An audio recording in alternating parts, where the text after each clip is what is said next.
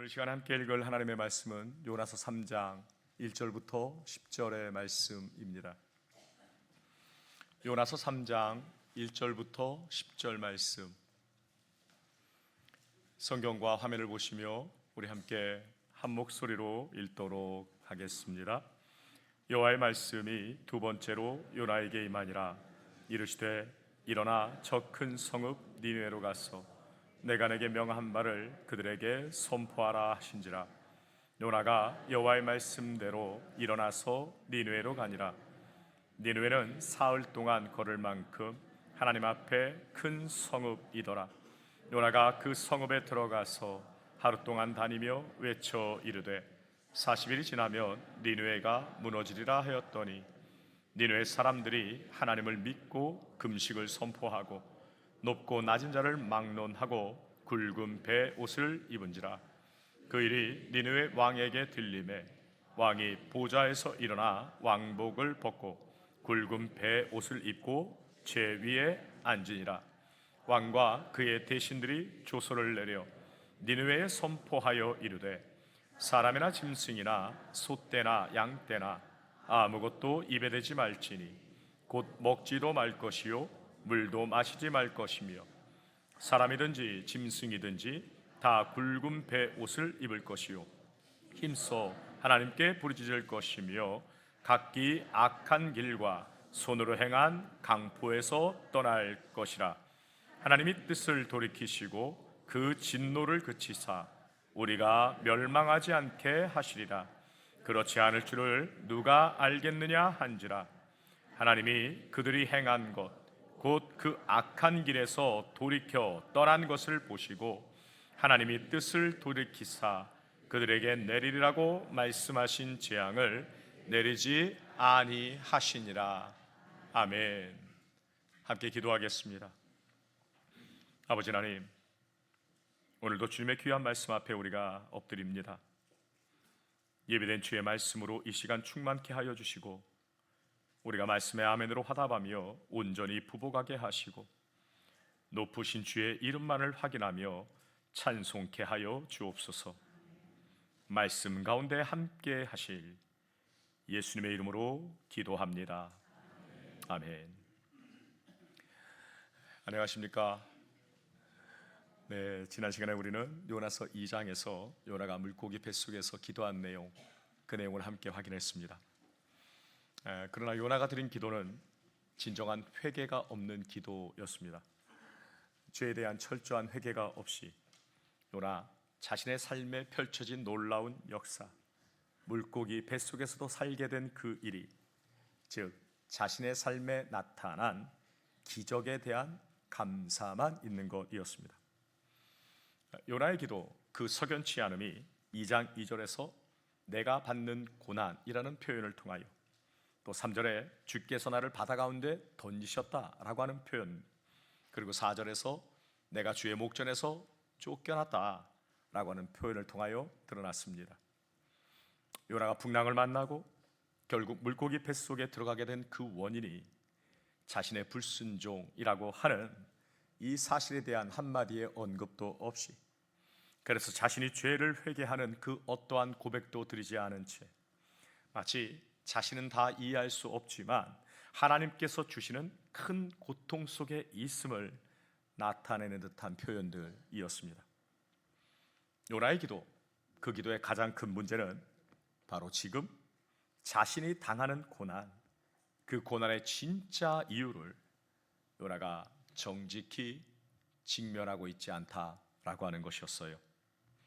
하나님의 뜻을 의도적으로 거역하고 그 폭풍을 일으키시는 고난을 통해서라도 자신을 돌이키시는 그 하나님의 역사 앞에서 마치 그 자신은 그 이유를 알지 못한 채 당하고 있는 그 고통 앞에서도 경건함을 지키는 사람처럼 보이고 있다라고 하는 것이었습니다.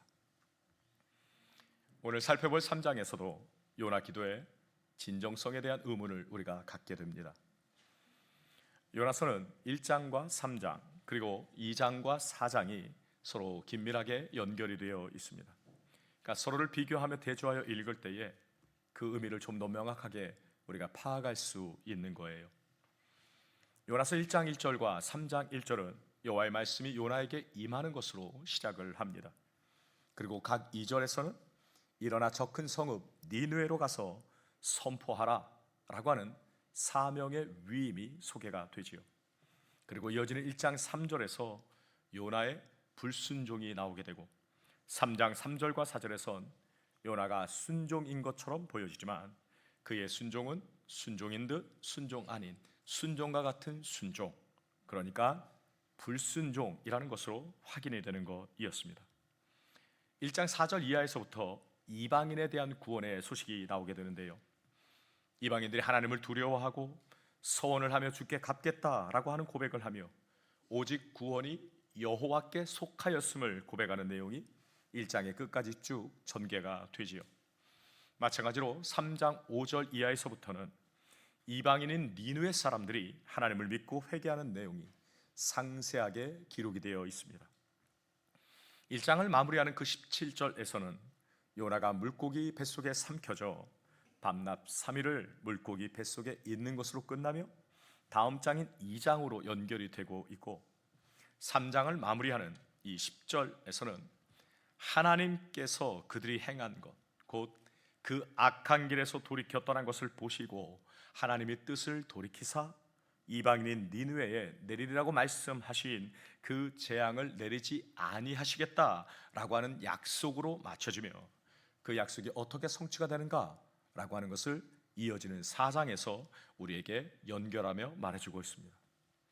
전체적으로 요나서 1장이 요나가 바다에 던져지는 어둠으로 맞춰졌습니다만, 요나서 3장은 니느웨 백성들의 구원이라고 하는 밝음으로 맞춰지게 되죠. 이러한 흐름의 배경을 여러분들이 숙지하시고 오늘 본문의 3절과 4절의 말씀을 함께 읽도록 하겠습니다. 요나가 여호와의 말씀대로 일어나서 니느웨로 가니라. 니느웨는 사흘 동안 걸을 만큼 하나님 앞에 큰 성읍이더라. 요나가 그 성읍에 들어가서 하루 동안 다니며 외쳐 이르되 40일이 지나면 니느웨가 무너지리라 하였더니. 여러분, 어떤 단어들이 여러분의 눈에 들어오십니까? 요나가 여호와의 말씀대로 갔습니다. 순종이지요. 그런데 사흘 동안이라는 단어가 우리의 눈에 들어오고 하루 동안이라는 단어가 우리의 마음에 자리를 잡습니다. 표면적으로는 요나가 하나님께 순종한 것처럼 보여집니다. 그런데 니느웨 성은 사흘 동안 걸으며 전해야 하는 큰 성임에도 불구하고 요나가 오직 하루 동안만 전합니다. 순종이라고 할 수가 있을까요? 우리는 순종과 불순종의 그 기준을 오직 성경에서 찾아야 합니다. 사무엘상 16장이 그 기준을 우리에게 이렇게 제시를 해줘요. 사울 왕이 하나님 앞에 범죄함으로 인하여서 하나님께 버림을 받게 되고 사울을 대신하여 세워질 왕을 세우기 위하여 그에게 기름을 붓기 위하여 사무엘이 이새의 집을 찾아가게 됩니다. 그리고 사무엘이 보니까 이새의 장자인 엘리압이 마음의 적임자로 여겨지게 되는 것이죠. 사무엘은 판단의 근거를 눈에 보이는 표면적인 것에 두고 있었습니다. 그런데 하나님의 결정은 전혀 다른 것이었어요. 하나님의 마음을 이어지는 7절을 통해서 우리가 확인케 되는데, 여호와께서 사무엘에게 이르십니다. 그의 용모와 키를 보지 말라.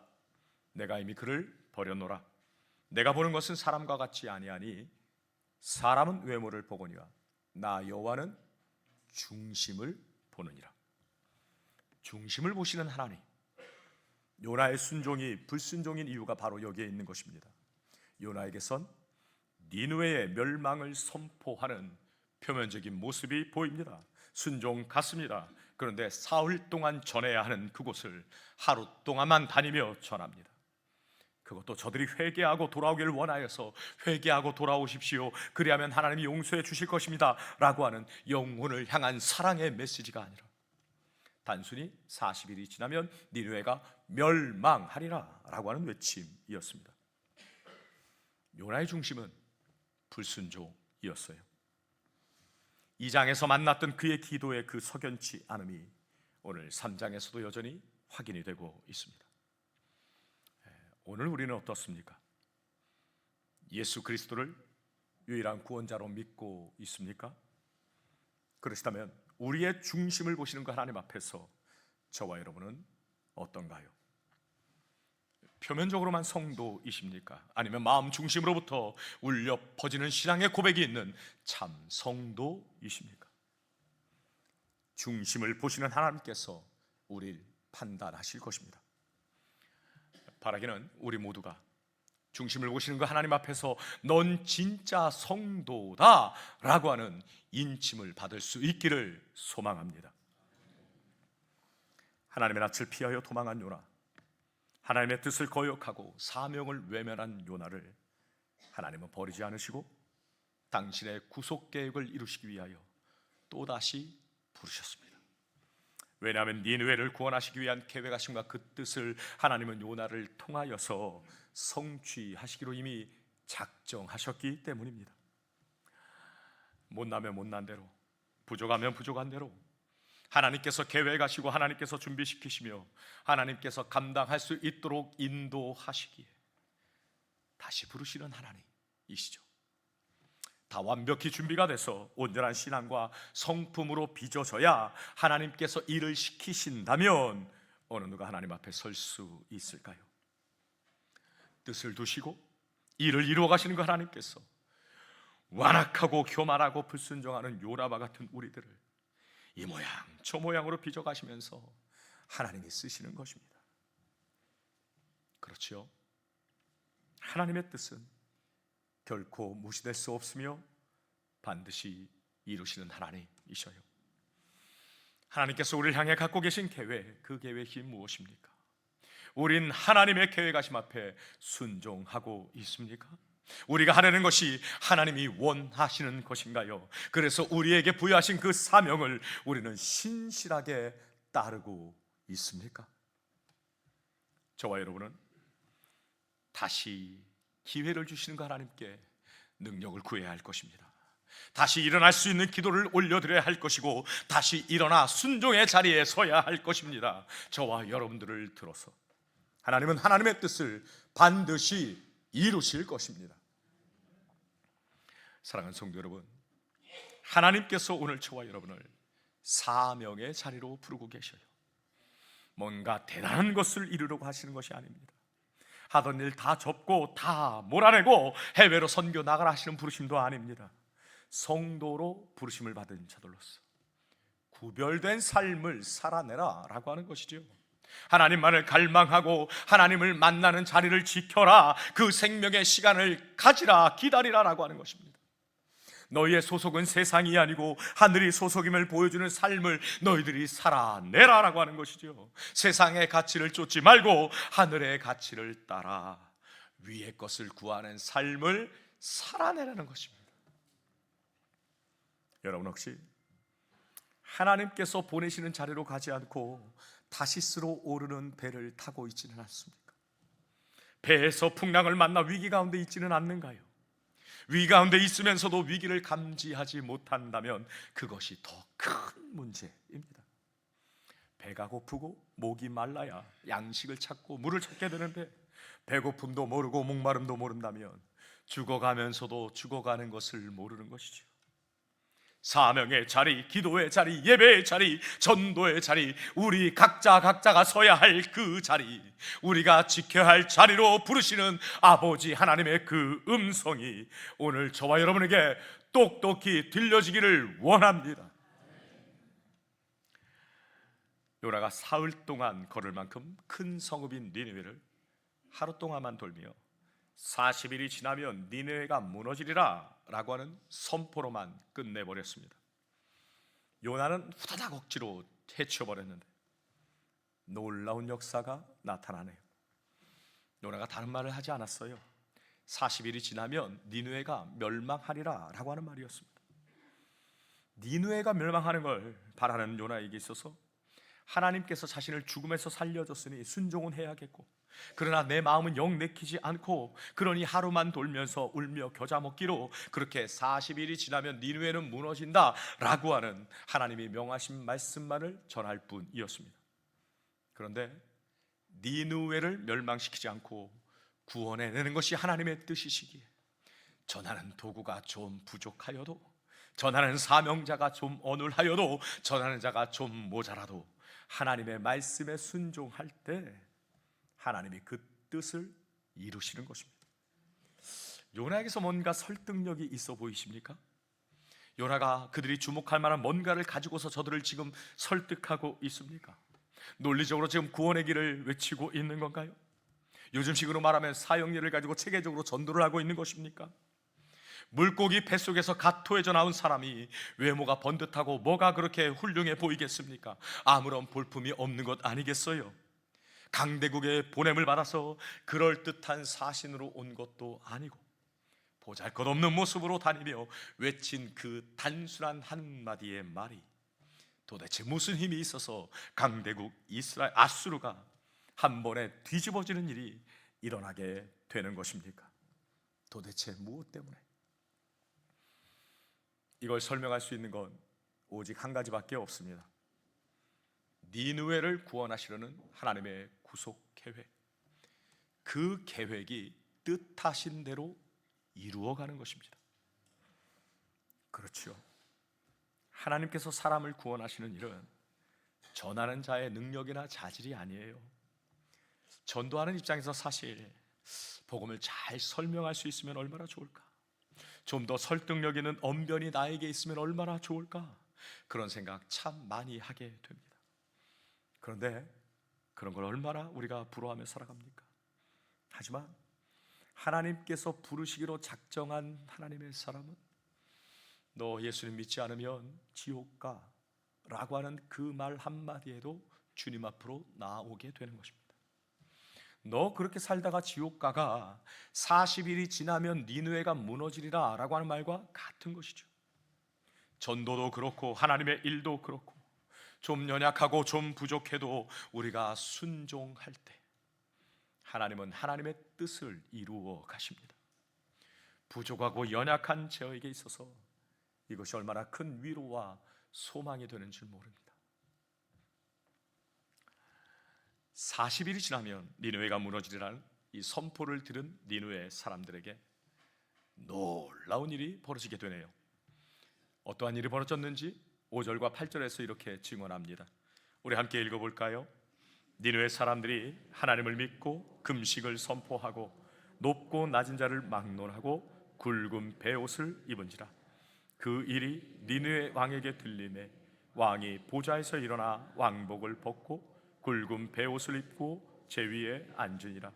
왕과 그의 대신들이 조서를 내려 니느웨에 선포하여 이르되 사람이나 짐승이나 소떼나 양떼나 아무것도 입에 대지 말지니 곧 먹지도 말 것이요 물도 마시지 말 것이며 사람이든지 짐승이든지 다 굵은 베옷을 입을 것이요 힘써 하나님께 부르짖을 것이며 각기 악한 길과 손으로 행한 강포에서 떠날 것이라.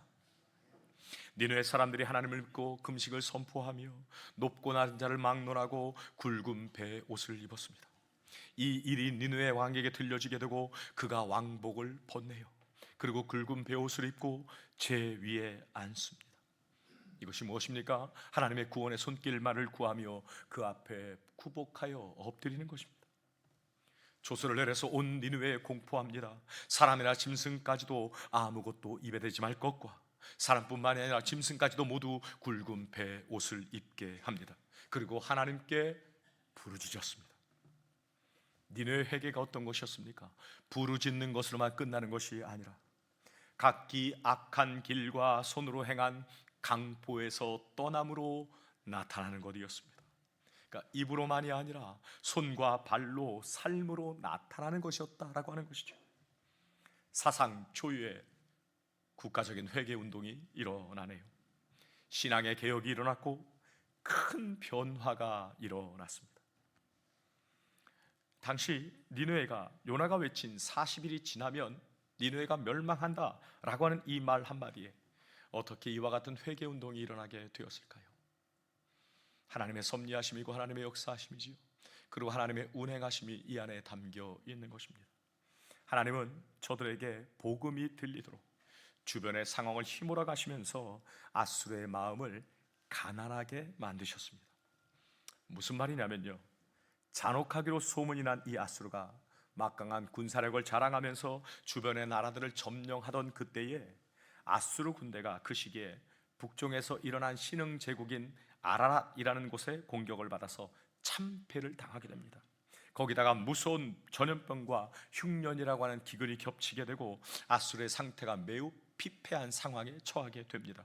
그뿐 아니라 그때 아수르에서 태양이 완전히 사라지게 되는 큰 일식이 일어나게 되죠.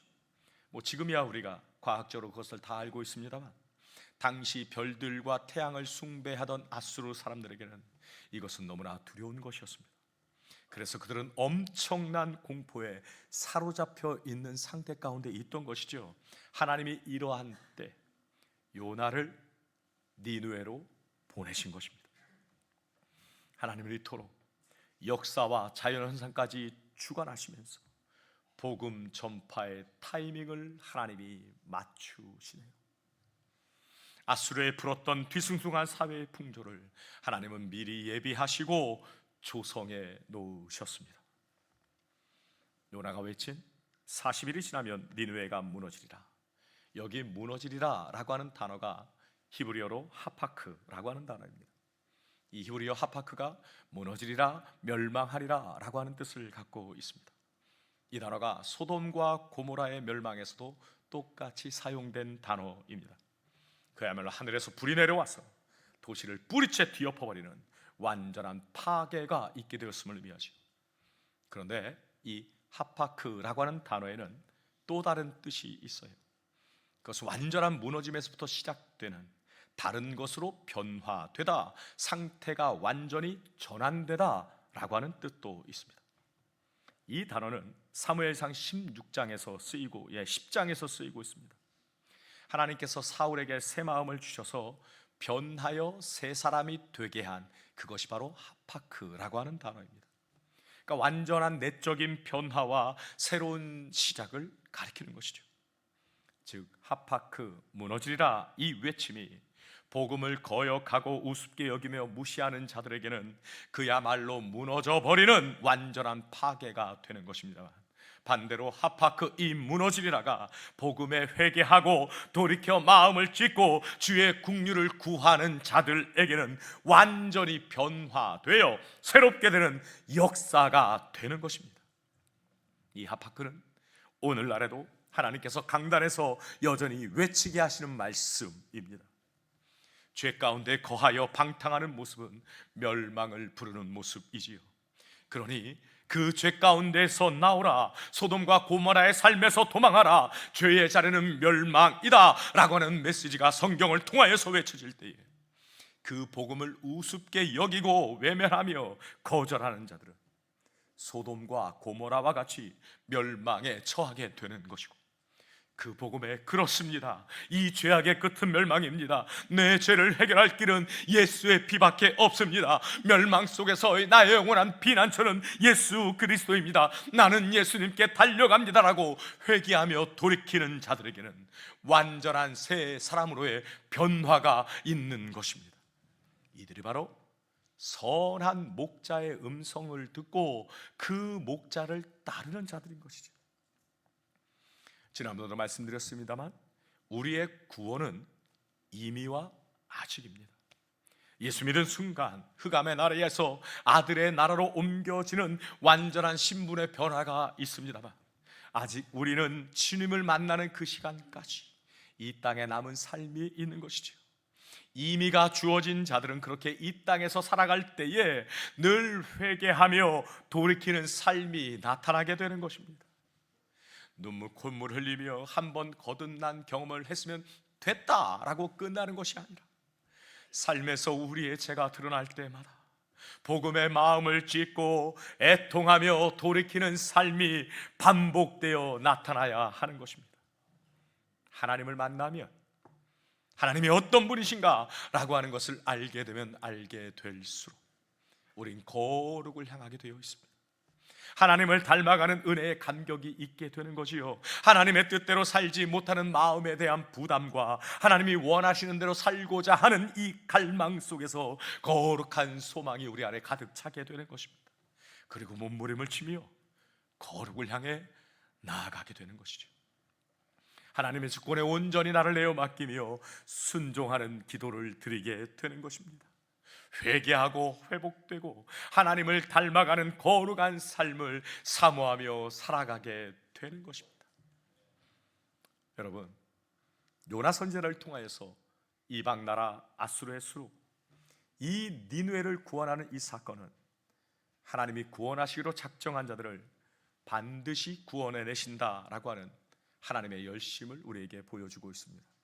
그러나 그 안에 또 더 깊은 의미가 담겨 있어요. 하나님께서 지금 이스라엘을 향하여 강한 메시지를 주고 계신 겁니다.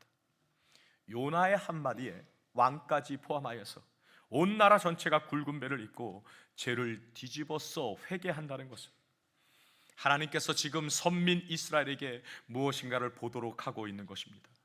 지금 북이스라엘 상황이 어떤 것입니까? 여로보암 2세 때라고 하는 것을 말씀드렸습니다. 하나님께서 요나로 하여금 예언하게 하셨던 그 말씀이 이루어짐으로 인하여서 잃어버린 땅을 회복하게 되고 매우 강성하고 부유한 시대를 살아가고 있습니다.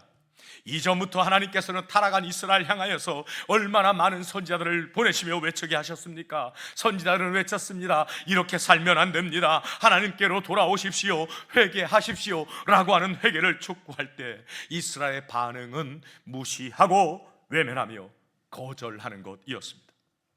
하나님께서 우리 하나님이시기 때문에 우리를 도우셔서 이렇게 부유하고 풍요롭고 강하게 만들어 주셨는데 무슨 소리를 하고 있냐라고 하는 것이었죠.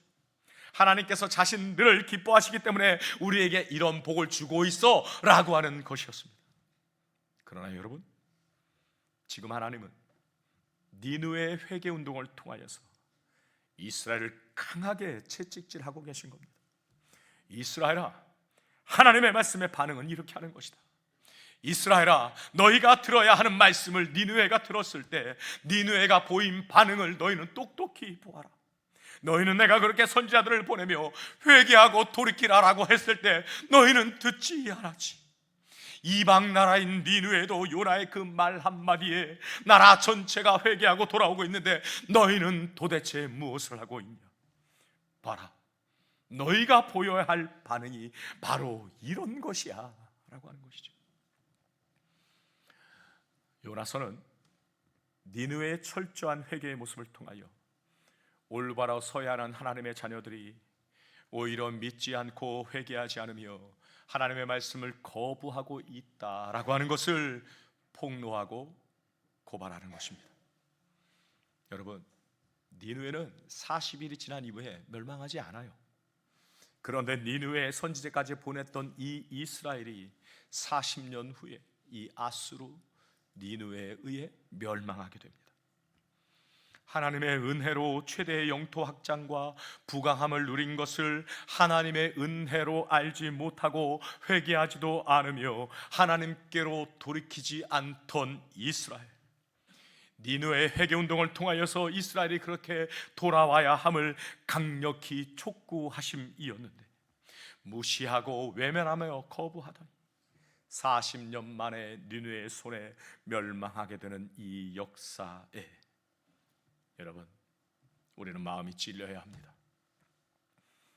사랑하는 성도 여러분, 오늘 우리는 어떻습니까? 우리의 모습이 이스라엘과 같지는 않습니까?